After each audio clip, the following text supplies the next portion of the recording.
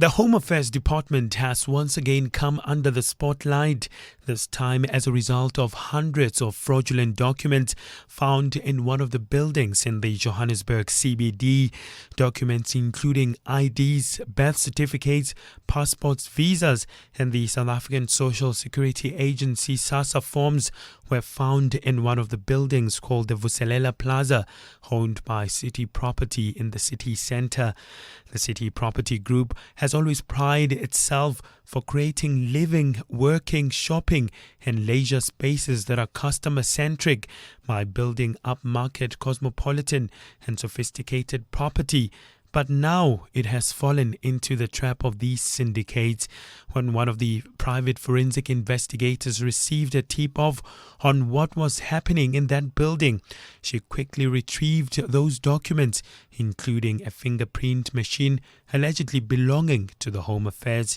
We then discovered that the alleged mastermind, whom we identified as using two identity documents, Rosemary Bembe or Rosemary Hussein, allegedly is an owner, allegedly is a Home Affairs employee.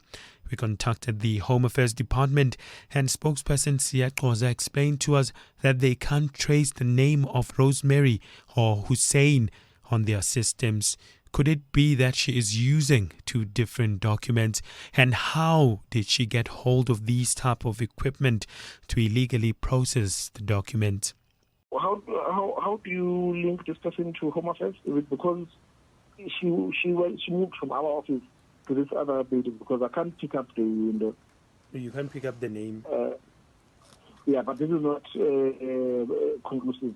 Yeah. It may well be that the person is using a different names for the email. What we found was also an undocumented Malawian national, George Longwe, who married a South African woman, Precious Mohamisi, in 2015. And fast forward 2019, a child was born at the South Rand Hospital in the south of Johannesburg. We tried to confirm the records, but the hospital gave us the runaround. Back in 2003, the South African Prevention Service, a firm which provides a fraud database and analyzes service for corporate clients, announced that South African identity documents are among the easiest in the world to forge. One would think the Home Affairs Department would have intensified their efforts in addressing this issue, but I guess we still have a long road ahead. With many of the documents having addresses at the back, Power News drove around Johannesburg, Kibla Park, Eldorado Park and other parts of Soweto, including Dube, Mfolo, and to our surprise, many of the addresses are non-existent. When we got to Eldorado Park looking for one of the alleged recipients of the ID, Lincoln Lagrange, we found his house.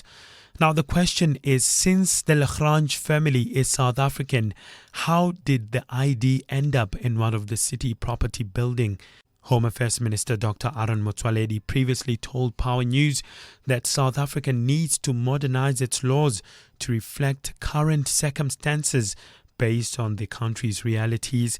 Motsoaledi said his department would be looking at ways to review laws pertaining to the asylum and refugee system in the country. What we're discussing was the whole legislative framework on asylum seekers and on refugees, the issue of statelessness, in other words, who is entitled to our documents and who is not, the issue of durable solutions. This is about voluntary repatriation and what countries usually do when you want to repatriate their nationals back home. These are the issues we discussed. But with these syndicates slowly becoming sophisticated and using residential buildings to not attract attention from local authorities, this will surely somehow compromise the integrity of the Home Affairs Department. Many questions remain unanswered, as now the National Population Register will surely be compromised. This includes the security of the country. From the 3rd of February, the Statistics South Africa will be embarking on South Africa's Census 2022, which marks the 4th comprehensive census performed by Statistics South Africa. The agency says it will count every single individual in the country. Will they? With many syndicates operating in the country, clearly thousands of undocumented individuals are roaming the streets of the country freely. Thabo Molokwane, Power News, Johannesburg.